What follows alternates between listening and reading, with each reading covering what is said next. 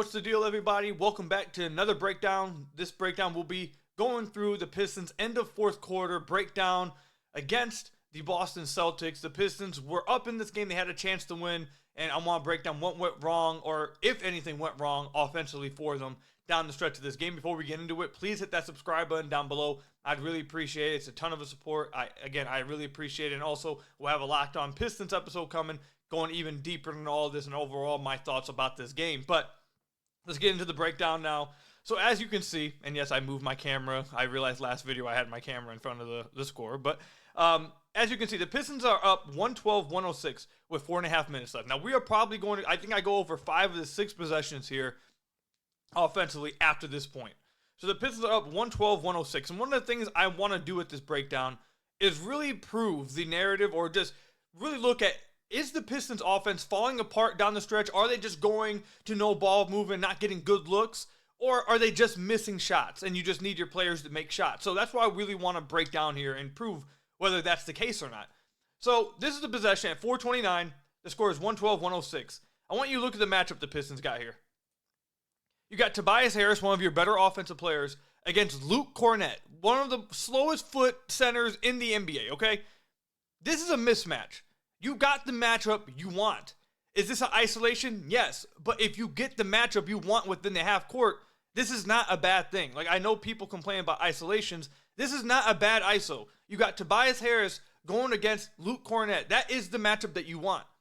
Tobias does the right thing, takes him to the basket, gets a clean look. He's at the rim. He goes up on the other side. He goes up for a dunk. Pistons are up by 8.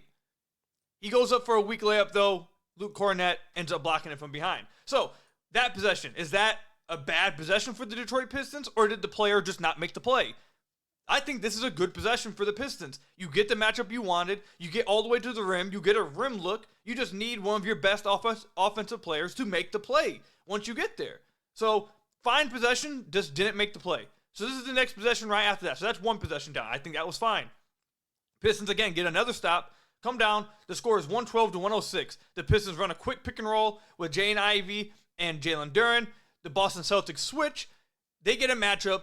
Jaden Ivey on Al Horford. Now, Al Horford has been a really good switch defender throughout his entire career. However, he is towards the end of his career. And while he still can hold up on switches, I'd say, against bigger defenders, Jaden Ivey is one of the fastest players in the entire NBA. One of the fastest players in the entire NBA. Guards can't even stay in front of him. So, if the Pistons feel like they can go at Al Horford with Jaden Ivey, again, this is another matchup. The Pistons go out and hunt that mismatch. They get it, and then they attack. That's what the end of game execution's about. You go out, you find the matchups you like, and you attack them, and your players just got to make plays. So Jaden Ivey gets the matchup he wants.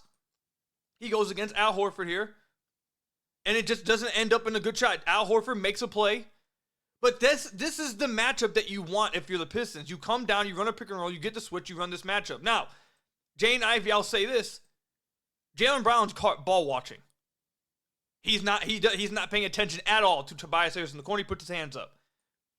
Once Al Horford forces you to the left and you're fading away, you have to have your eyes up and make this pass. Because at this point, this shot is not a good shot. And originally, you got the matchup you wanted. You get the paint touch. It doesn't have to be you scoring, though. You get to the rim, you got 4 defenders looking at you, make that pass outside to Tobias Harris. That is the look right there. But again, is this a bad possession for the Detroit Pistons because they were just isolating or whatever? No, they got the matchup that they wanted. Jaden Ivey attacked. Your players just have to make the play. And they didn't make the play here. Got the matchup you wanted, good offense, just didn't make the play. One of your best players just didn't make the play. So, next possession, the Pistons are up 112-109. Another possession. So, this is something that JB's been doing a lot of. If you've been watching the Pistons game, I really love it. They're running a lot of guard-on-guard action, whether it's one of the main actions they've been running is a lot of chase action on the wing. So, chase action is, so you'll have, let's say Jaden Ivey's bringing it up the floor. This left wing, you have Cade right here on this wing. Jaden Ivey will throw the ball to Cade, and Jaden will chase the ball, and Cade will just give him a DHO. He'll attack downhill. They've been using a lot of guard-on-guard action to try to get both their best players involved in the action. So I really like that from JB. So what they're going to do here is they're going to have Cade set a screen on Derrick White here. Now, you'd think that Boston would want to switch this, but it looks like Derrick White is going to try to go over it, and this creates another advantage for the Detroit Pistons. You're going to see Jaden Ivey gets a step on him. He's going to get him all the way to the rim. This is going to require Jaylen Brown to now help down. So you're going to see Jaylen Brown help because Jaden Ivey has Derrick White beat. Jaden Ivey makes this kick out to Tobias Harris. You get a clean look from the corner. You get a clean look from the corner for one of your best shooters on your team. He just misses. So another possession. Was this good action by the Pistons? Did they just not run good offense? No, this is good offense. You run a good guard-on-guard action. You get Jaden Ivey an advantage going to the rim. He makes the right decision the next possession. Last possession, he didn't make the right decision once he got to the rim. This time, he makes the right decision. He kicks out to Tobias Harris that's open from the corner, and Tobias just misses the shot.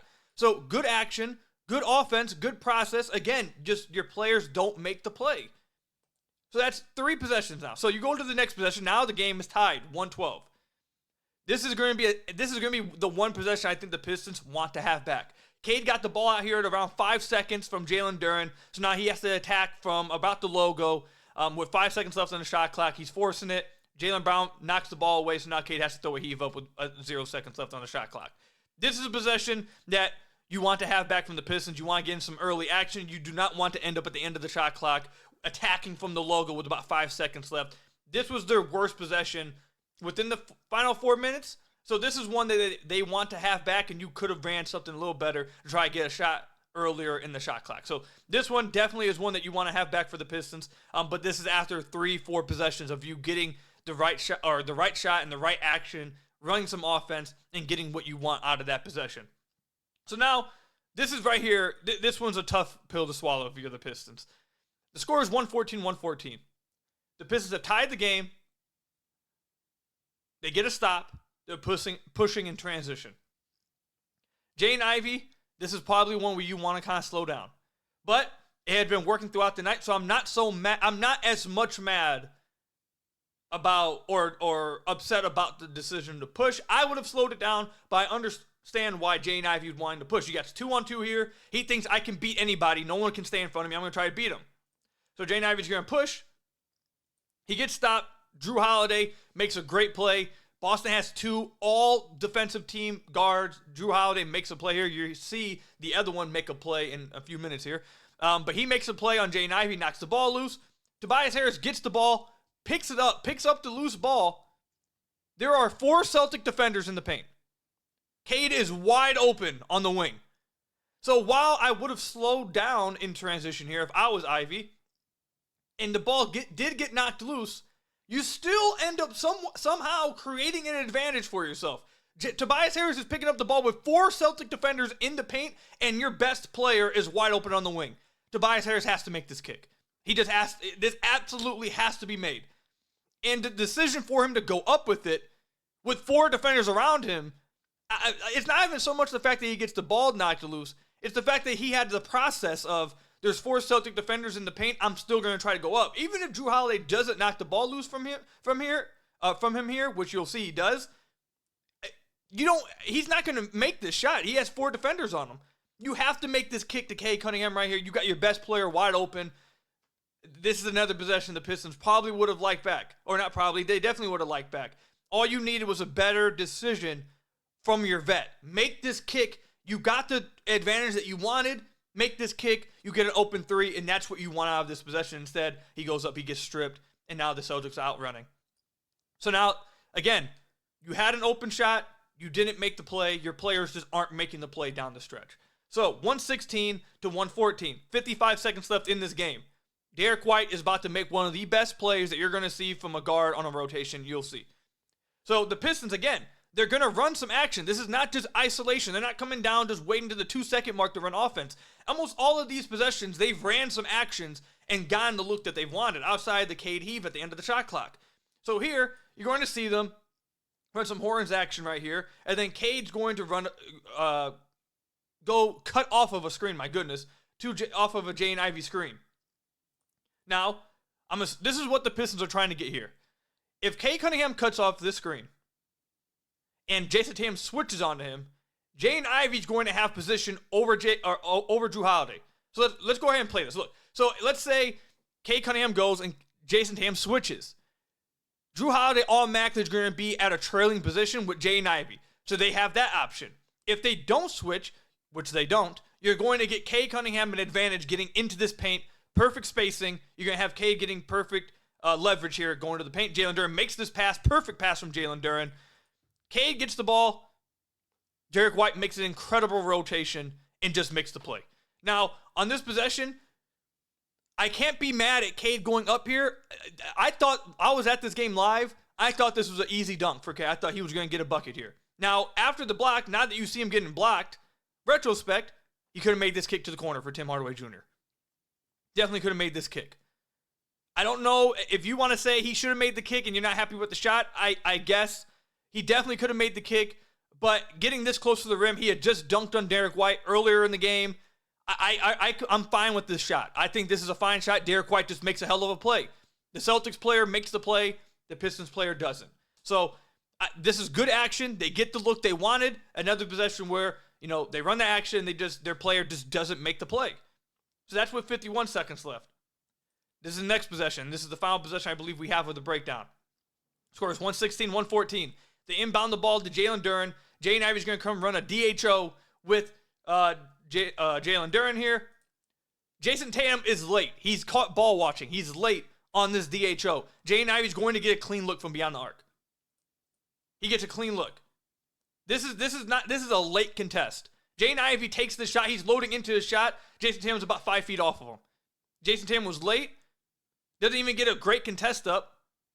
You get a clean look for Jaden Ivey, one of your best offensive players. He just misses the shot. So, to end this up, do I believe the Pistons ran bad actions and ran bad offense to end this game? No, I thought they got almost every look that they wanted for the final 4.5 minutes. I think what happened was, one, their guys just didn't make shots, and two, one of the best teams we're going to watch in the Boston Celtics had their players make plays over the Detroit Pistons. In this final quarter, you had Tim Hardaway Jr. shoot 0 of 2. You had Tobias Harris shoot 0 of 4. Jaden Ivey shot 1 of 5. Cade shot 3 of 8. 2 of those were heaves, so I'm really analyzing just 3 of 6. Malik Beasley was the best shooter in this quarter. He actually hit his shots 3 of 5, and Simone Fontecchio was one of the other guys that made the shots. I probably would have closed with Malik Beasley and Simone Fontecchio. They were the main reasons the Pistons got back into this game. That lineup really took off. But again, the Pistons, they didn't lose this quarter. They didn't lose this game because they just stopped running offense. They did run offense, and they got good looks. They got what they wanted out of every possession damn near at the end of this game. Their players just didn't hit shots. Their players just didn't make the plays, and Boston players did. So I thought they ran fine offense. This is another game where the Pistons players have to hit shots. It's as simple as that. They just gotta hit shots and make the plays when they get the looks they want.